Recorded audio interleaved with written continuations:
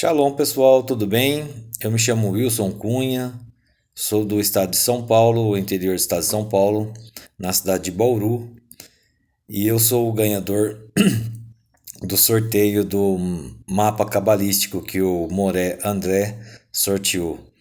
Tenho a felicidade de conhecer o Moré André já há alguns anos, tendo participado de aulas Shiurim que o Moré André tem ministrado. Sei que ela é uma pessoa muito competente, uma pessoa muito estudada, que estuda muito e tem muito conhecimento para passar e para nos ensinar. E eu tive aí a felicidade de ganhar o meu mapa cabalístico, né, do qual eu tenho aqui já estudado e lido ele bastante. E realmente muitas coisas batem com a minha vida, batem com o meu estilo de vida e faz com que a gente aprenda, né, um pouco mais sobre a gente mesmo nesse mapa, que tem um ensinamento cabalístico muito profundo. Então quero agradecer aí ao Moré André, né, e dizer para você que queira fazer o seu mapa cabalístico, quer fazer o seu mapa cabalístico, faça assim. Você vai aprender muito mais sobre você mesmo no profundo da Kabbalah, tá bom? Muito obrigado aí, tudo de bom, shalom, shalom. E Jacó enviou mensageiros. Essa questão de anjos, ela é muito fora da caixinha, como o pessoal diz hoje, né? Fora da caixinha. Termos vão sendo construídos, né? E não tem muito a ver com a questão aqui de mensageiros, porque quando você fala anjos, mensageiros, você já quer imaginar seres com asas. E os anjos, na verdade, são energias. Eles são letras hebraicas. Essas letras hebraicas, elas são formadas de toda a Torá é um nome de Deus, né? E toda essa questão é que a gente está pegando aqui uma metáfora para mostrar que um anjo são a formação de três letras, às vezes quatro, cinco, e que essa energia da letra é que é o anjo, tá vendo? Isso é, é muito amplo dentro da Torá, da Kabbalah, e as pessoas devem entender assim, olha, um anjo tem uma asa, um corpo, uma asa direita, não é? E uma asa esquerda.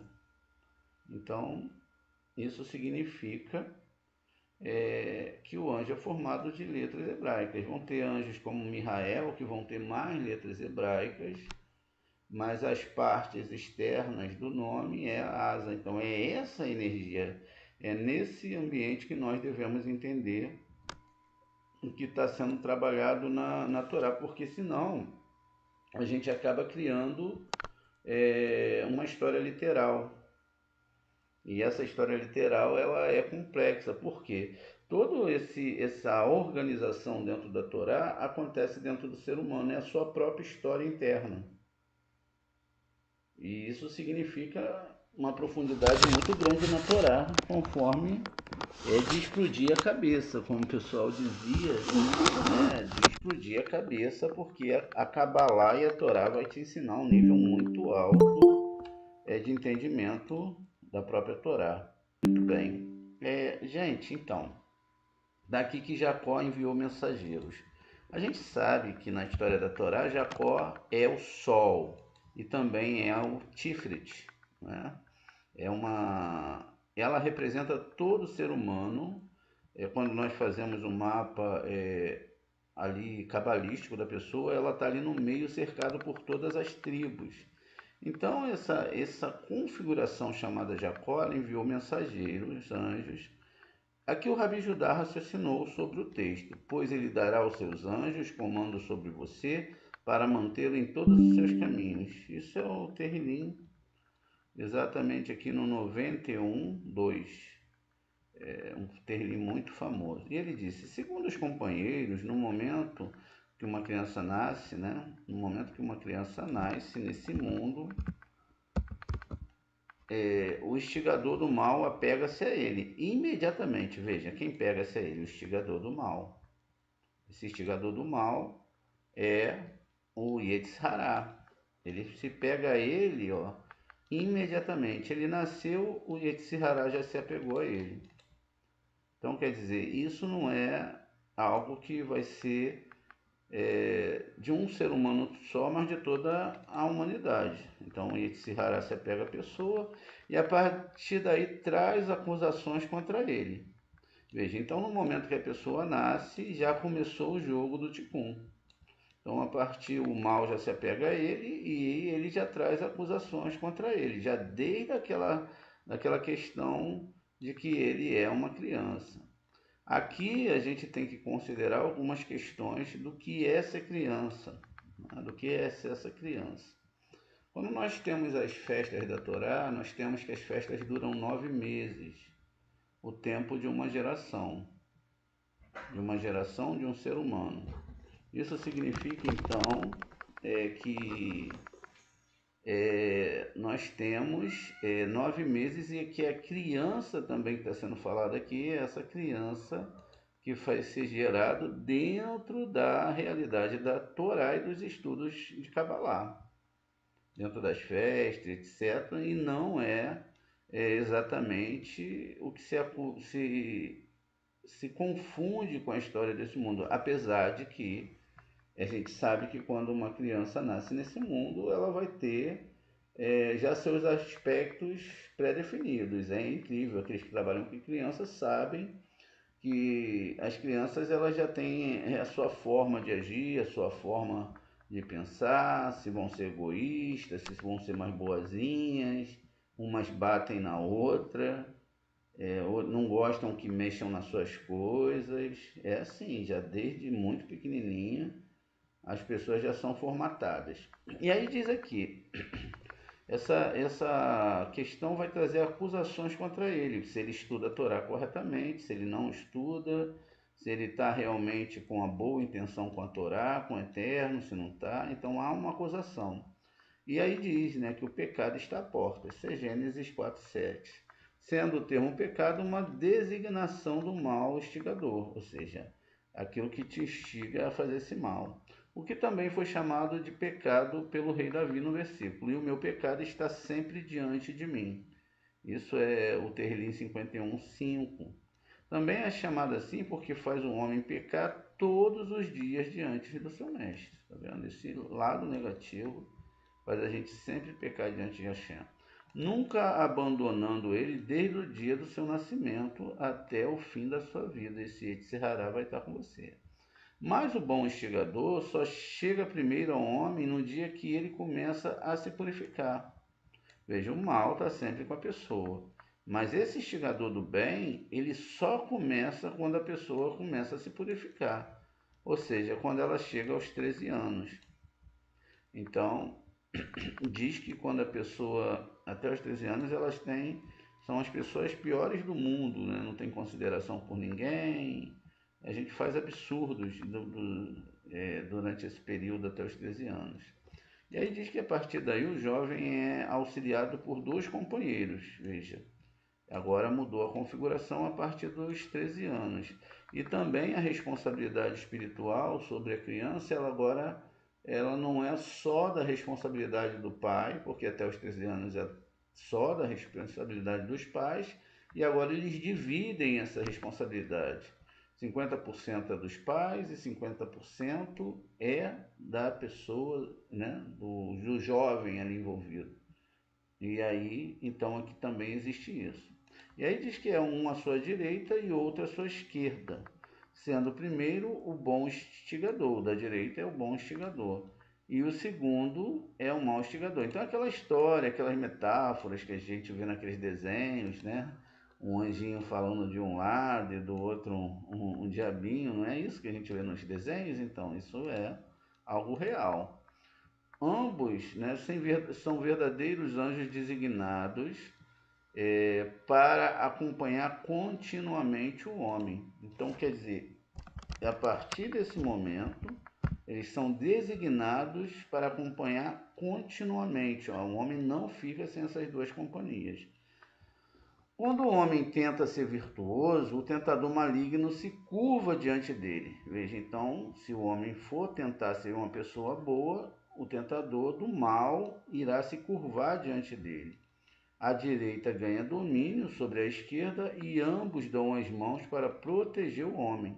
Olha que coisa incrível, o tentador maligno se curva diante dele e aí eles vão, né, diante dele, a direita ganha domínio, ou seja, o lado bom, o lado interno bom ganha domínio sobre o lado esquerdo, e aí eles vão se unir, vão dar as mãos para proteger o homem, tanto o anjo bom como o anjo ruim.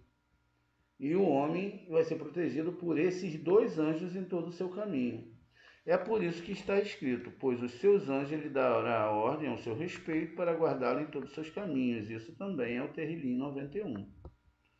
O Rabi Eleazar, ele diz aqui, explicou que esse versículo a Jacó, quando Deus lhe designou companhia de anjos, como a escolta, porque ele veio com um número total de tribos, formando com ela uma bela companhia. Por isso é dito: e Jacó seguiu o seu caminho, e os anjos de Deus, que é chamado de Malar, de Deus, o encontraram. Isso é o Gênesis 22, 2.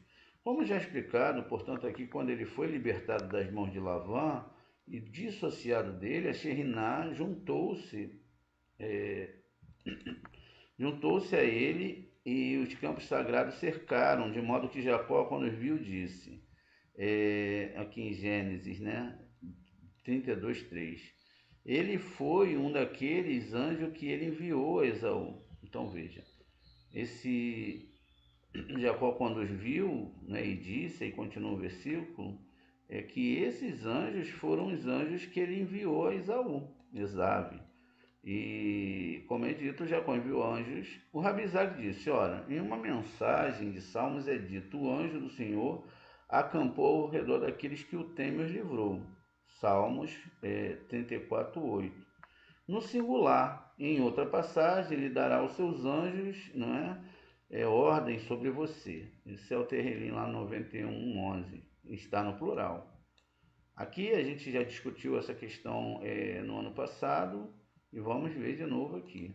A razão é que o termo anjos é uma referência aos próprios anjos. Então veja, anjos no plural, malahim, você pode ter malar ou malahim. Anjos no plural, malahim, é uma referência aos próprios malahins, ou seja, é uma pluralidade de poderes. Enquanto o versículo, o anjo do Senhor acampou, refere-se a Sheriná. Então, sempre que eu vi malar, quer dizer, a Sheriná também é uma mensageira do Eterno, como no versículo, e o anjo do Senhor apareceu-lhe numa chama de fogo no meio de uma sarça.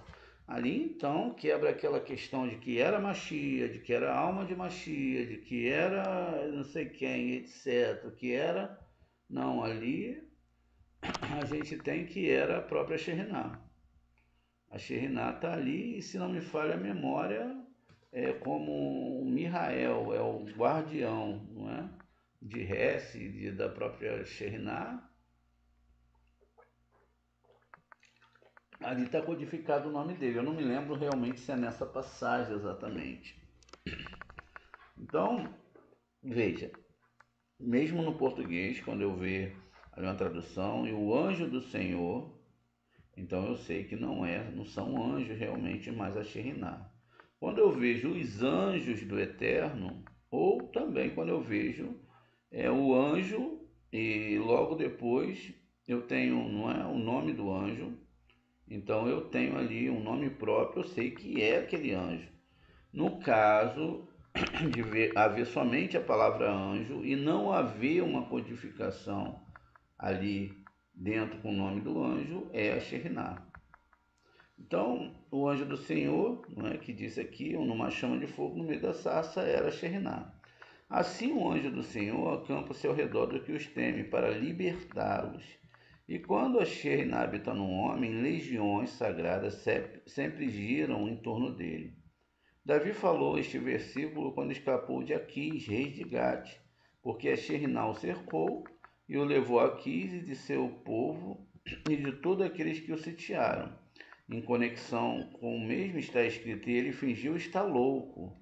Esse é 1 Samuel, aqui ó, no 21:14. E ele escondeu dele o seu bom senso e fingiu loucura, benefício para o benefício deles. Ele arranhou marcas na porta e no portão e deixou salivar e escorrer pela sua barba. E aí eu aqui vai dizer aos seus cortesões, vocês veem que o homem está delirando, por que trazê-lo a mim? Né? Me faltam loucos por você me trazer esse sujeito para delirar por mim. Esse sujeito deveria entrar na minha casa, né? E aí Davi partiu dali, escapou para a caverna de Adulão. E quando os irmãos e toda a casa de seu pai souberam disso, juntaram-se a ele ali. Muito bem. Aqui é nessa leitura mais superficial e o Zohar vai trazer para a gente aqui essa questão da loucura de Davi. O termo aqui significa louco, né? Louco e também fingido, em vez daquele que é mais comumente usado. Contém uma alusão ao termo relacionado que Davi usou anteriormente, quando disse, porque eu tinha inveja dos loucos. Vamos ver, isso é o Terrilim 73:3. Vamos olhar aqui. Olha a ligação que é feita, não é? com esse sistema, para que a gente possa entender o que realmente a Torá e o Taná estão falando em relação a essa loucura de Davi. O texto implica que realmente ele estava louco, e que você vai imaginar ali um homem babando e fingindo-se de louco. Mas a construção da Torá não é assim que é feita, existe aqui um segredo. Então tá aqui, pois ó, invejei o devasso, já mudou a palavra louco aqui, né? E eu vi os ímpios à vontade. Então, na verdade aqui é Rachaim, na terra, né? Aretes, e ele invejou o louco. A questão aqui está que o louco é Shalom, ele via ali a Shalom dos ímpios, não é? E ele invejou essa loucura, como é escrito lá, que ele vai invejar essa loucura, e essa é a construção. A gente tem que traduzir melhor e não resta muito tempo, não é? A gente fazer umas traduções mais corretas. Muito bem, mas vamos ver se a gente consegue fazer isso. Então veja, porque eu invejei os loucos. Enquanto você vive, você vive, né? Já que a inveja é louco, você mesmo será levado a agir como um louco. Pois foi isso que aconteceu quando ele foi levado perante a Xirxe. A sua vida estava em perigo. Então ele fingiu loucura nas mãos deles. Isto é, ele se comportou como um daqueles loucos que ele invejava. Então a Shekhinah veio salvá-lo. Vale a pena perguntar como pode ser isso, visto que da Shekhinah só habita na sua própria herança, a Terra Santa. A resposta é que somente a partir daí ela concede bênçãos, mas para fim de proteções ela também é encontrada em outros lugares. Então aqui quando Jacó saiu, não é, Labão e todas as legiões sagradas o cercaram. E é por isso que ele não foi deixado sozinho. Veja, mesmo que a pessoa não esteja ainda conectada aos mundos superiores, as pessoas estão nesse nível que nós estamos. Mesmo assim, quando ele vai abandonar Labão, e aí Davi também sentou esse nome chamado Lavã, só que estava ao contrário, estava como Nabal. É a mesma palavra e ele é a mesma reencarnação de Lavã. E vai lá na frente, tem um problema com Davi, e depois, a gente tem até uma aula sobre isso, acho que não está gravado, a gente vai gravar um dia sobre isso para explicar. Muito bem. todo assunto aqui é interno, não é dentro da sua ação junto a Shekhinah. O Rabi Rezequim, então, perguntou se assim como Jacó será dito mais tarde foi deixado sozinho, como foi dito em Gênesis 32, 25. O Rabi Judá disse, em resposta, porque ele se opôs deliberadamente ao perigo e é por isso que os anjos o deixaram. Ele mesmo se colocou em perigo. E foi precisamente a isso que se referiu quando disse: não mereço todos os favores e toda a perseverança que demonstraste a teu servo. Gênesis 32, 11. Muito bem. Aqui o próprio ser humano reconhece isso. O Rabi Isaac disse que o motivo da partida foi para deixá-lo sozinho com o capitão de Esaú. Tá vendo? Então aquele capitão que lutou com ele foi deixado sozinho para fazer esse enfrentamento. Que desceu até ele por permissão, olha, permissão divina. Não existe guerra entre os mundos espirituais. Todos eles estão cadenciados e organizados para oferecer ao ser humano aquilo que ele espelha para o alto ou que ele não consegue espelhar. Diz, enquanto isso foram cantar os hinos devido naquela hora e recitar os louvores ao santo e bendito. Isso mostra que a gente já explicou para vocês também que no próprio Yom Kippur existe ali um problemão naqueles dias porque é o momento que é a hora do Satã apresentar os seus louvores a Hashem. Então fica uma confusão muito grande, um peso muito grande. E aí ele está preparando toda a comitiva, porque ele também depende do Eterno. Né? Ele é um servo fiel de Hashem, fazendo o seu papel. Né? Isso deve se entender também. E aí, diz aqui, né? Foram recitar e depois voltaram para Jacó. Agora, ele diz aqui, me tornei em 2 acampamentos, isso é, o acampamento da Sheriná e a sua própria casa, para que ele ficasse completo em todos os lados, tendo uma parte com o branco e o vermelho. O branco e o vermelho aqui significa o quê? Que essa terra aqui é uma rosa, tem uma rosa de 13 pétalas misturada com branco e vermelho. É Gevurá para um e mansidão para outros. Então, isso pode acontecer e as pessoas vão viver mesmo no mesmo plano em situações diferentes, em sofrimentos diferentes, ou ainda que o seu pecado seja vermelho, não é? Deus pode tornar ele branco como a neve, ele pode perdoar o seu mazal, não perdoar, mas te ajudar a passar por esse mazal. O Rabi Eleazar disse, os sábios afirmaram que naquela noite, naquela hora, o poder de Esaú estava aumentando, e é por isso que foi deixado sozinho. O outro ponto de vista, o sol ficou sozinho e o luar escureceu. Ou seja, Tiferet ficou sozinho, porque ele representa o próprio Yaakov, e o luar, que é Yesod, escureceu, que é Yosef.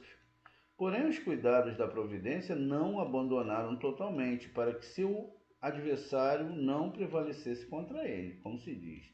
E quando viu que não prevaleceu contra ele, ele olhou para o deserto de Jacó e ali seu olhar encontrou Abraão, Hesed, a bondade. Ele se virou para a esquerda e lá viu Isaque. E ele olhou para o corpo de Jacó, que era uma fusão dos dois lados, e assim tocou a cavidade da sua coxa, que é um pilar acrescentado ao corpo, mas está fora dele. Não é algo acrescentado ao corpo, mas está fora dele. Assim, dessa forma, o anjo cercou Jacó por todos os lados para libertá-lo. Então, quando a Sheriná desceu para olhar, ele viu multidões de exércitos celestiais e se reuniram ao seu redor, e foi desses anjos que ele enviou para o grupo de Esaú. Então, aquela questão mais ali a nível peixe, de que, na verdade, Jacó teve a sua coxa ferida,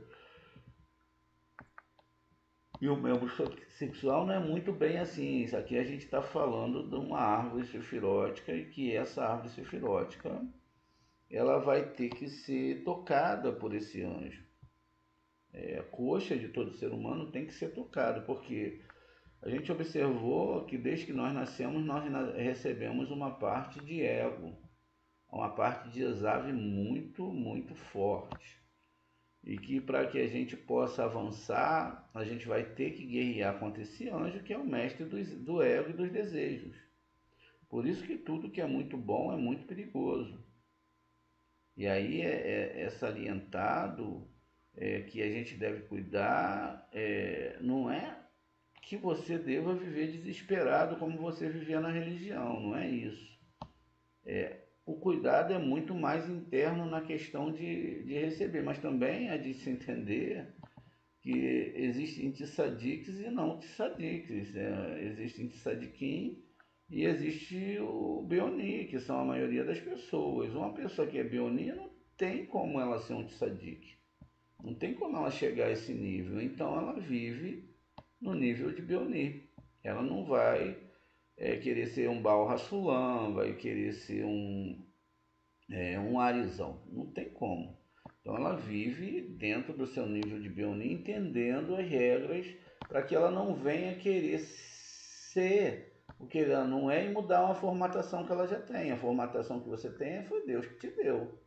Então o que você tem que fazer? Pouco a pouco fazer como Jacó fez e ir purificando essas questões. Haverá um enfrentamento espiritual, lógico, isso é natural.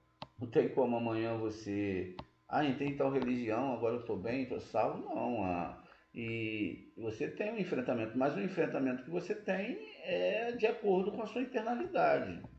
Não é nem mais e nem menos. É exatamente aquilo que é necessário para você poder fazer essa correção. Muito bem. O Jacó enviou anjos. O Rabiaba disse: o que induziu Jacó a avançar em direção a Esaú? Para pensar, aquele deserto tão grande daria para ele ter fugido, né? Ou ido para outro país. Então, não teria sido melhor deixá-lo sozinho? Meu pai, ele pergunta. Então Jacó imediatamente enviou anjos diante dele e o Rabi Simeão iniciou um discurso. Aqui é o Shimon Bar Yochai. Sobre o versículo. Melhor é aquele que vê que é humilde, aquele que é humilde tem o servo e tem servo, do que aquele que desempenha um papel de homem de posição e não tem pão. Né? Aqui a questão da palavra pão, isso está em Provérbios, aqui no 12:9. Então, o que acontece dentro dessa questão?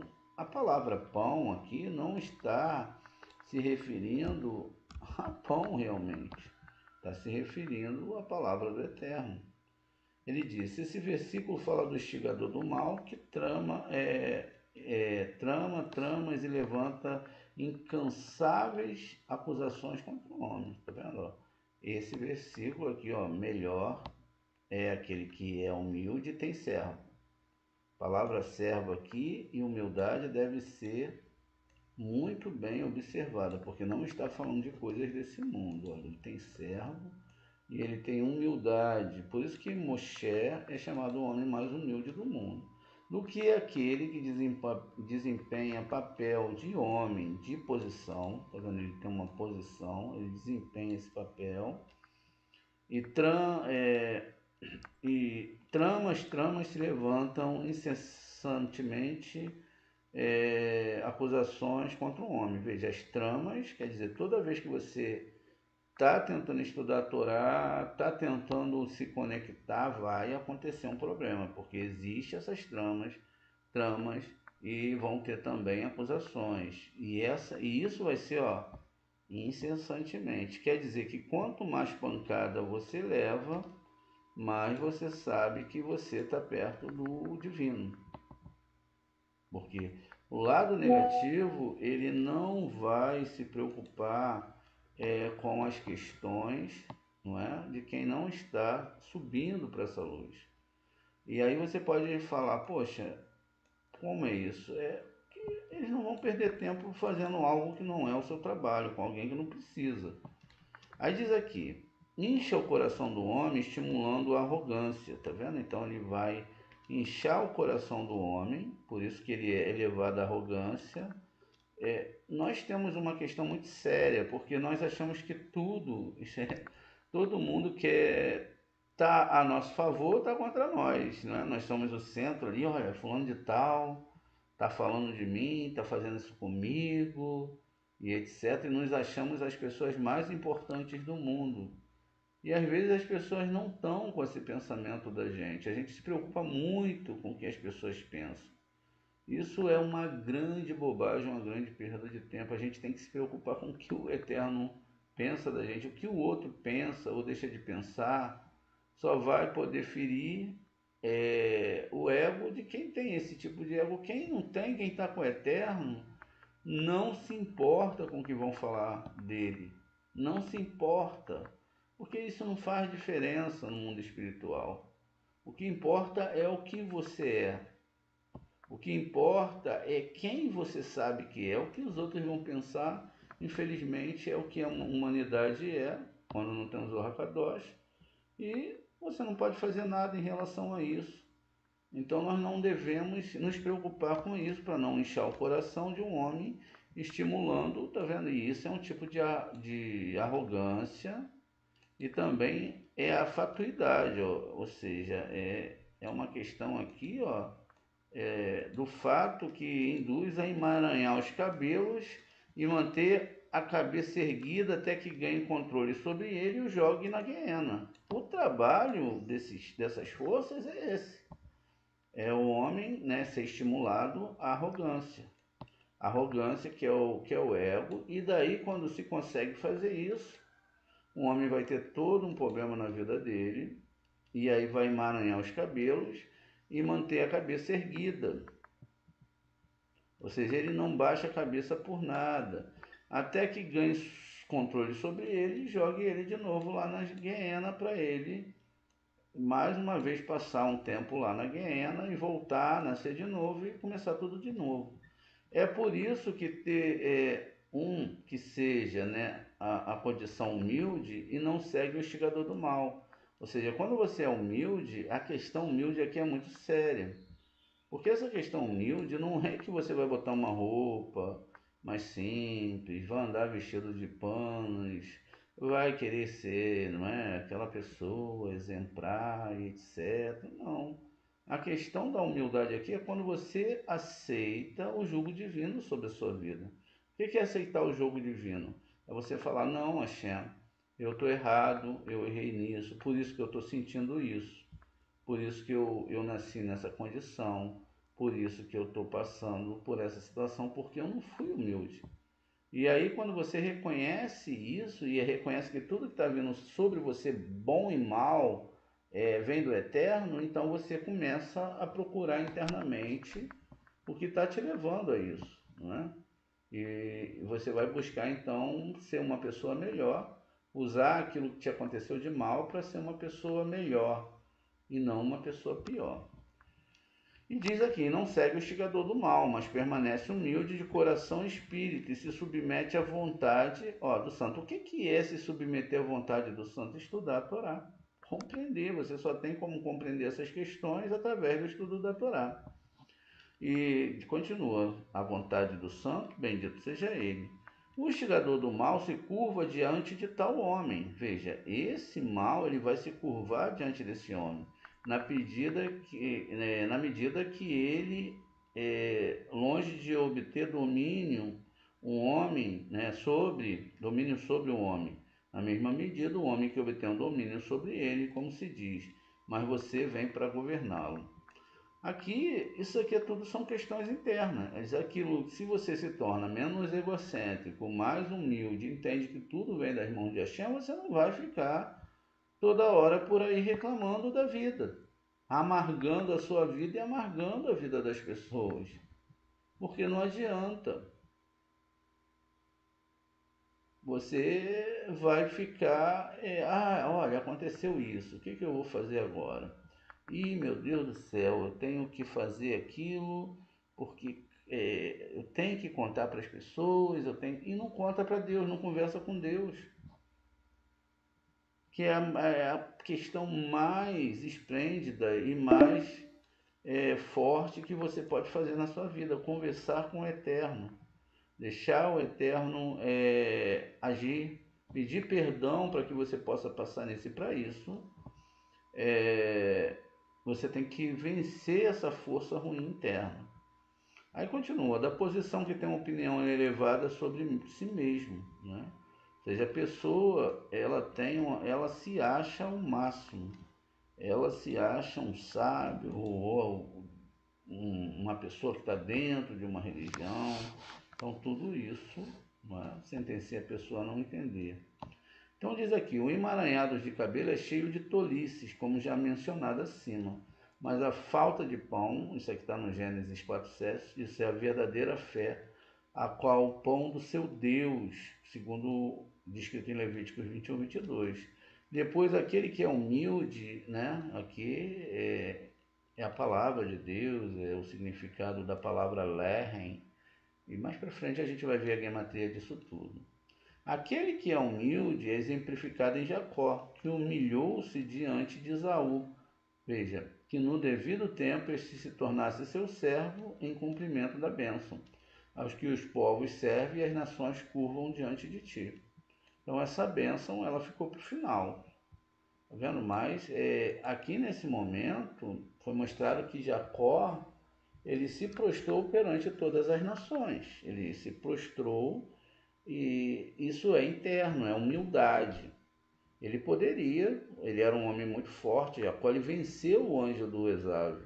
Ele poderia matar o Esaú, mas ele se dividiu em 7 acampamentos, e esses 7 acampamentos são as sefirotes internas que você vai ter que dividir e trabalhá-las. E dentro desse trabalho, você vai ter o condutor de burros. Né? O condutor de burros, quando a gente vê a história de Abraão conduzindo burro, ou o próprio Lavã conduzindo burro, o burro, que é a palavra Hamor dentro da Torá, inclusive tem alguns personagens que são chamados por esse nome, o pai de Sherem. Sherem é aquele príncipe que se deitou com Diná. Mas a palavra Hamor ela vem de Homer, ou seja, substância, a sua substância, tudo aquilo que tem que ser tratado, aquela parte egóica que tem que ser tratada dentro de você. E o Eterno ele vai te conduzir, horas por caminho bons, horas por caminho ruins, mas não deixe de perceber nunca que sempre vai ser ele e não outro. A via que ele vai usar, as forças, os anjos positivos e negativos, são extremamente necessários para essa sua educação e de entender que o Shema envolve toda essa questão. Então veja, tudo é conduzido pelo Eterno e de forma nenhuma Lavan fez o que ele quis. Veja que quando ele se sentencia a ser levado agora por esse burro, e o condutor era o Eterno, ele usou lá o Satã. E aí o Satã falou para ele, Elohim falou para ele, olha, você vai fazer tudo o que eu te mandar.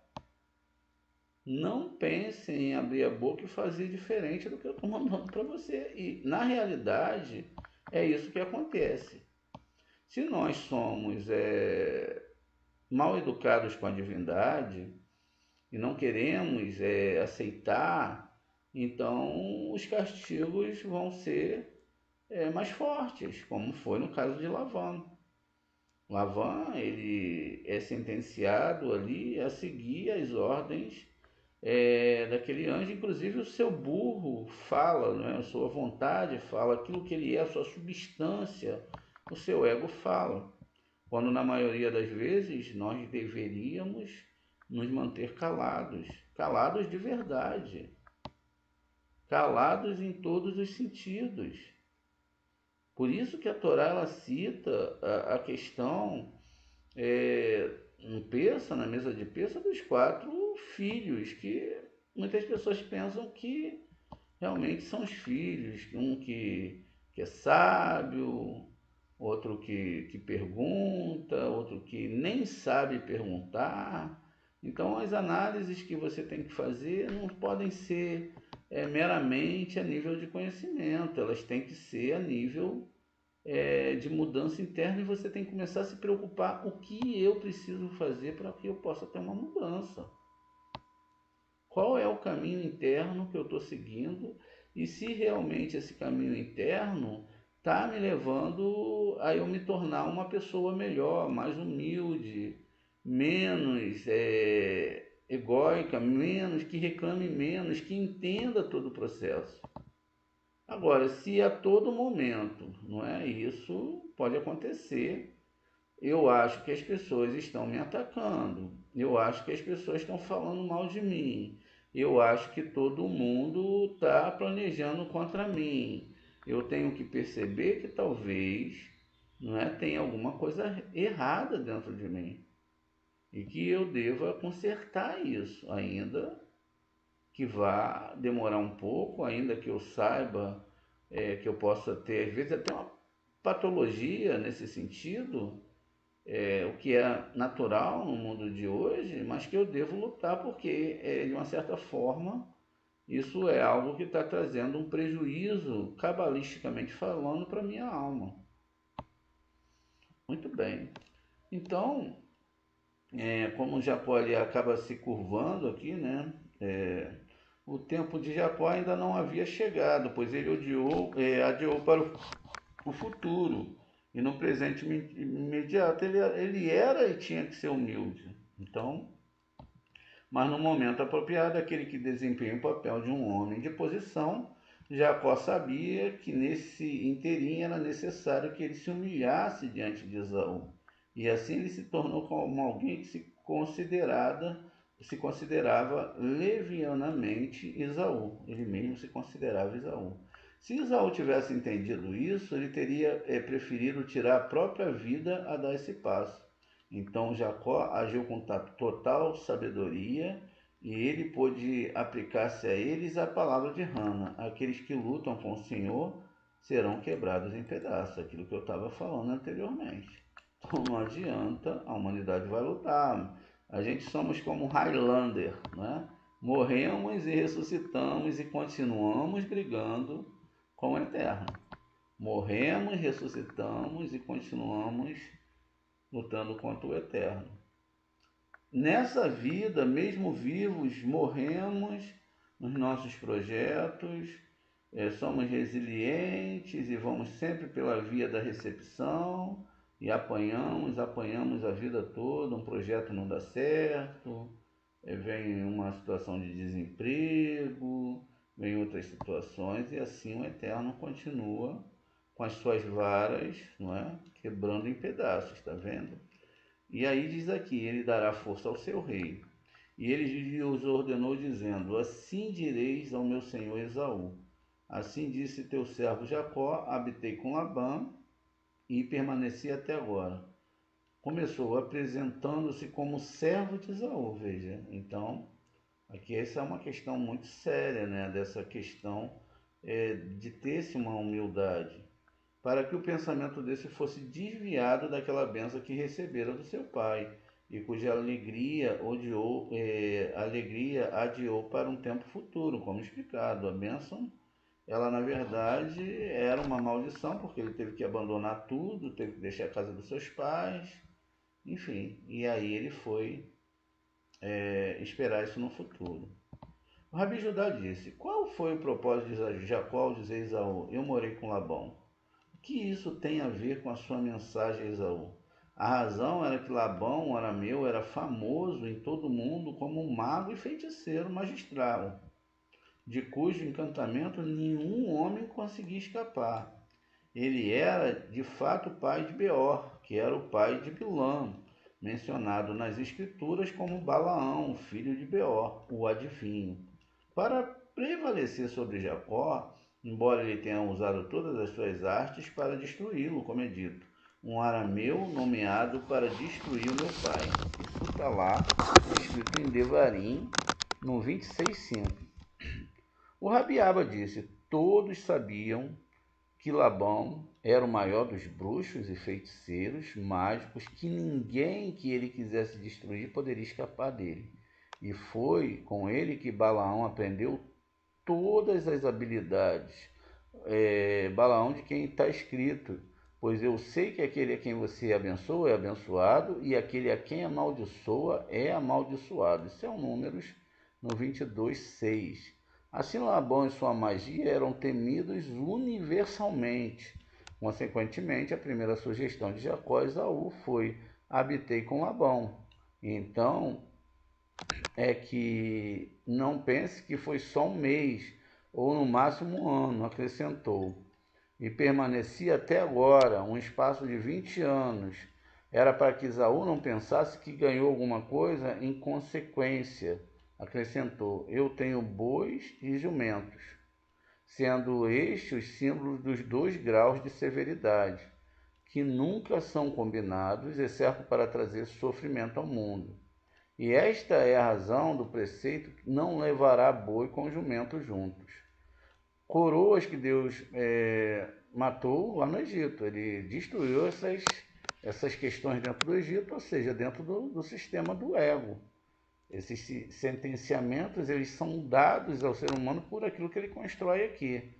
E aí, na forma de gado primogênito, o primogênito dos cativos. Então, aquela morte que existe no Egito são a morte desses graus internos dentro do ser humano e também dentro dos mundos espirituais em relação àquele ser humano que começa a seguir essa Torá. Isso vai estar no Êxodo 12, 29. O primogênito das servas também são essas forças antagônicas à Torá. E aí, nesse caso, imediatamente o medo tomou conta de Esaú e ele continuou a encontrá-lo. Na verdade, ele tinha tanto medo de Jacó quanto Jacó tinha medo dele. Jacó era como um viajante que ouve dizer que há invasores esperando por ele na estrada. Ao encontrar um homem, ele pergunta a quem ele pertence e ele responde: Sou membro de tal gangue de ladrões. Saia daqui, exclama o caminhante, porque tenho comigo uma cobra que mata quem se aproxima de mim. Então o homem se volta para o líder dos bandidos e o avisa, dizendo: Vem por essa estrada um homem que tem consigo uma cobra que morde, que se aproxima dele e o mata. Ao ouvir isso, o homem dos bandidos diz: É melhor que eu vá ao encontro daquele homem e faça pazes com ele. Ao vê-lo chegando, o viajante exclama: Pobre de mim, ele vem me matar. Então ele começa a se prostrar, curvar-se diante deles. O bandido recupera a autoconfiança, pensando: se ele tivesse consigo uma cobra tão perigosa quanto disse, não teria se curvado tanto diante de mim. Mas como ele se curva tanto diante de mim, não o matarei. Da mesma forma, Jacó dirigiu-se à palavra Esaú, dizendo: Habitei com Labão e permaneci até agora.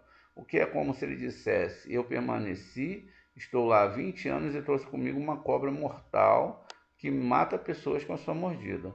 Quando Esaú ouviu, ele pensou: Pobre de mim, quem poderá enfrentá-lo? Pois ele temia que Jacó o matasse com a boca. Por isso ordenou que o encontrasse para fazer as pazes com ele. Lemos que Jacó, assim que o viu, ficou muito aterrorizado e miserável.